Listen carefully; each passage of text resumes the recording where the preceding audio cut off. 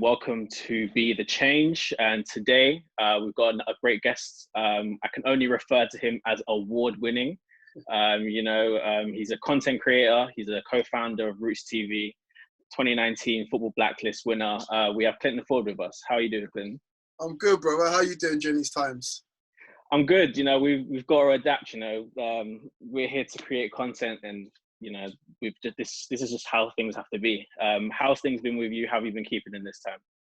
As I was saying before, just like it was difficult at first because everyone was just trying to adapt to the change, and now everyone's starting to come around to the idea that this is not going away anytime soon. So now people start to do more of this, more sharing online, and it's obviously working in my favour because obviously I create content. So people start to now warm to the idea of this is almost like the new norm, isn't it? So it's one of them. Yeah. So let's get into this on why you're here. We feel like you're a prominent figure in the sports industry. Making change, creating a way. So we're going to focus firstly on your into the industry and why sports specifically. My into industry. So prior to this, I was a swim teacher. I still teach up until obviously this period in time. But I was doing it full time up until about 5 years ago. And I just basically, my body was telling me that I couldn't do it like full time anymore. And I always had like a passion for media. So I went back to university to do a master's in sports journalism. But during that time, I always had like a watchful eye over more the video side of things because I could see how the industry was going down that sort of route. In my opinion, and this is my opinion, people might agree, but I feel like media is now shifting a lot more online than written. So I was kind of trying to get ahead of the curve or with the curve to get in line with that. So that's why I started doing videos and started volunteering my time to local football teams up north because that's where I studied in Sunderland. And then I got my first break at ITV TNT. So I got to interview Rafa Benitez like every single week during the championship season, which was like my dream first job. So I was living life, living the dream. I was going out doing vox pops as you usually do as you first get into the industry. And then it's just kind of snowballed from there. I've gone on to work for like Sky Sports, BBC Sport, and now currently at TalkSport as well, working as an assistant producer. But aside from that, I still keep my passion for content creating and video editing because I like taking stuff that's, raw and organic and then just see where it goes to from there. So yeah, here I am today. I think another interesting thing that a lot of people don't know about you is that you're a Newcastle fan. Yeah, for my sins, man. I know. We're going through some interesting times right now. If everything goes to plan, which it never does, then it'll be a good time to be a Newcastle fan. But I want to say now that I was here before the money, before the big money. You know what I mean? I was here during the Ashley era, all the other terrible managers that we've had. So yeah, now's the time to be a Newcastle fan. But it's not. I was a Newcastle fan before it became trendy. Put it that way. I like how you put the preface out before you're rumored to get Pochettino and this billion-trillion-dollar owner, but there before Badejo and all of these players come to don the black and white. But we'll move on. So far, what piece of work have you done that you're most proud of? I mean, I don't know. It's hard to put down to one. I mean, there's quite a few really. Like, I don't know. One of my proudest projects is obviously Rootz TV, which I won an award for, which was an idea I had 2-3 years ago, maybe about 3 years ago. But I put it into execution 2 years ago, and it's all based around the fact that there wasn't enough shining light on grassroots football. That's what I felt anyway. I always feel like the big organisations like your BBCs and Skies do like one and done. So they hear like a good story and then they leave and then they focus on the big leagues. Whereas I just wanted to be solely focused on people going through it. What they talk about their feelings, share their stories, the impacts that it has on their local community, that sort of stuff. So I'd say that's probably one of my proudest projects, seeing that and getting recognised from it from my peers and all the rest of it. But I don't know, during work, I would say when I was at BBC Sport, for example, I was there in 2018. So I worked during one of their big years. It was a World Cup year. So I obviously got to work on a lot of World Cup projects.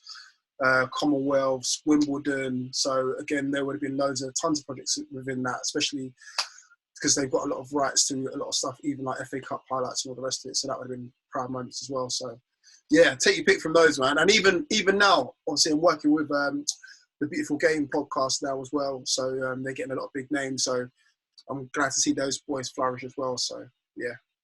Yeah, definitely. Shout out to the Beautiful Game podcast. They're doing a lot of big things right now.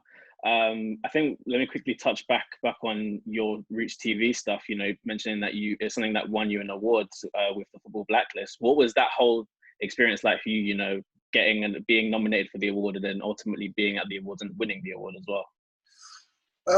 Being nominated for the award was crazy, because I remember saying to JD Dyer, one of my really good friends within the industry and outside the industry. We was there the previous year, and we both came from BBC Sport, excuse me, together. Well, we met at BBC Sport together, and we was at the awards show previously, and we said to each other, we're going to be on stage next year. And lo and behold, we proved it to each other. Like, he got his award for, Rising Star sort of thing, and boy, he's definitely a rising star. And then obviously I got my award for media as well. So it was great just to be there amongst all the people. Half the room I probably interviewed anyway, because obviously they were within the football industry, but it's good to kind of be recognised by my peers, as I said. That's great. That's great. Moving on now, what would you say in the industry right now, in your personal opinion, is missing? And like, what expectation do you see for those that are coming up after you? I don't know what's missing. I'll tell you what's doing really good right now is the fact that a lot of people are starting their own channels, and I champion this so much, because there's often been a debate about, fan channels versus proper media, or, old school media and all the rest of it. But I like the fact that everyone's just getting their slice of the pie. And even just quite recently today, like the fact that, Dapo, who runs the Counter Attack podcast, he got a really good exclusive interview. Well, he's done quite a few, but this one in particular with Van Harnold.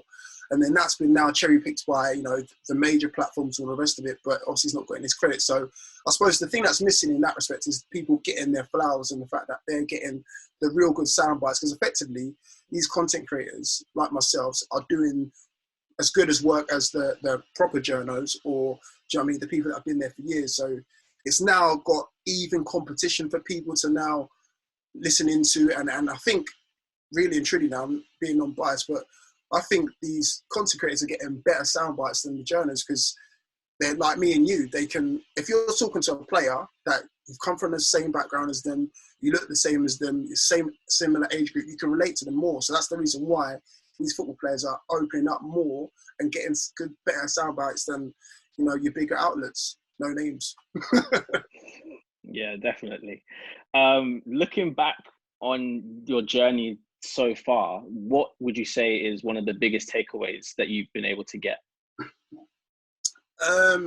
Biggest takeaway, it's just, if you have an idea, just run with it. Again, I'll go back to Rootz TV. I had that idea probably even further back than 3 years. I always jot down these ideas, and sometimes I don't put them into fruition, and I kick myself because I see someone else who's done it. I'm like, I had that idea. But I think the biggest takeaway is if you've got an idea, just go with it now. There's an even playing field now. There's no excuse. So there's things like YouTube, obviously Instagram, where you can either put your content out online, or learn how to put it out online, or both. So there's no excuse now. If you've got an idea, just run with it. And again, there's an audience for everything, an audience for absolutely everything. Even if it's the most nichest of ideas that you think, nobody would be interested in that. Trust me, there'll be someone out there thinking the same thing. Oh, where can I go to for, I don't know, fishing, or where can I go to for golf, or where can I just go for, do you know what I mean? So if you've got an idea, run with it, and believe you, before you know it, you'll get picked up, or you'll grow your own audience online, and people will be coming to you for the news in that particular area. Definitely. Final question I've got is, for you, obviously, I mean, I feel like this isn't even a question I can really ask, in the sense of, we all know that there's not a lot of, the diversity in sports media is far from where we want it to be. But for you personally, what do you feel like you're doing that is currently helping to, increase diversity in sport? I think by, champion the next generation down. Remember, I got into this very late myself.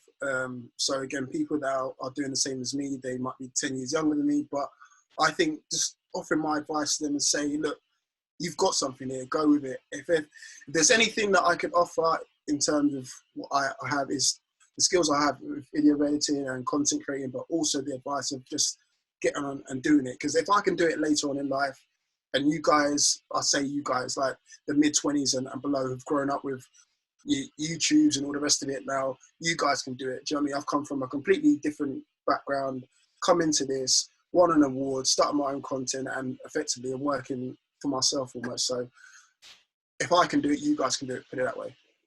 Definitely. Well, that was my last question, but I feel like there's one more thing I want to do. I'm going to introduce this thing we call the 3 keys.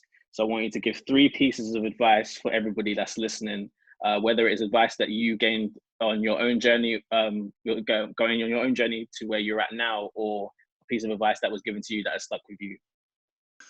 3 things that I would recommend probably is to create content. As I said before, there's always a niche audience for whatever you're looking to create. Again, always try and pick up new skills as well. I've used this lockdown period, I think, quite effectively by brushing up on my Photoshop skills, After Effects skills, Premiere Pro skills, just learning how to do thumbnails, learning algorithms within YouTube, all of that sort of stuff, all the sort of boring stuff that people might not take into consideration. But when people come to me for advice for that, I've got the knowledge and I can use it effectively as well. So I'd say definitely those 2. And again, just if you're going to do something, stick at it, in terms of consistency. Things you might not get 100,000 views straight away. You might not get it ever. But again, if you stick at it, you'll get better at it and people will come to you for that sort of knowledge as well. Again, it could be just learning other parts of the industry as well. I know a lot of people come into this industry now wanting to be presenters, wanting to do fan channels, all the rest of it. But I think learn how to do a bit of everything as well. Even if you're not really set your sights on being a video editor or being a social media manager or any of those things. But if you're going to be embraced within this industry, especially within our industry in terms of diversity, make sure you learn everything because you want to be able to turn a hand to everything. And again, you've got to be a jack of all trades, especially. I think that is a perfect way to end. Thank you, Clinton. The work that you've done with the podcast that you've been working with, and even with us with this show, you definitely are creating a change. And I would like to say thank you for helping us. And where can people find you? People can find me on Twitter. I spout out a lot about Newcastle United, so just bear me with that on that sort of front. But it's Clinton_Forde with an E at the end of Forde. And then also Rootz TV as well, which I'm quite passionate about as well, or very passionate about as well on Instagram and Twitter as well.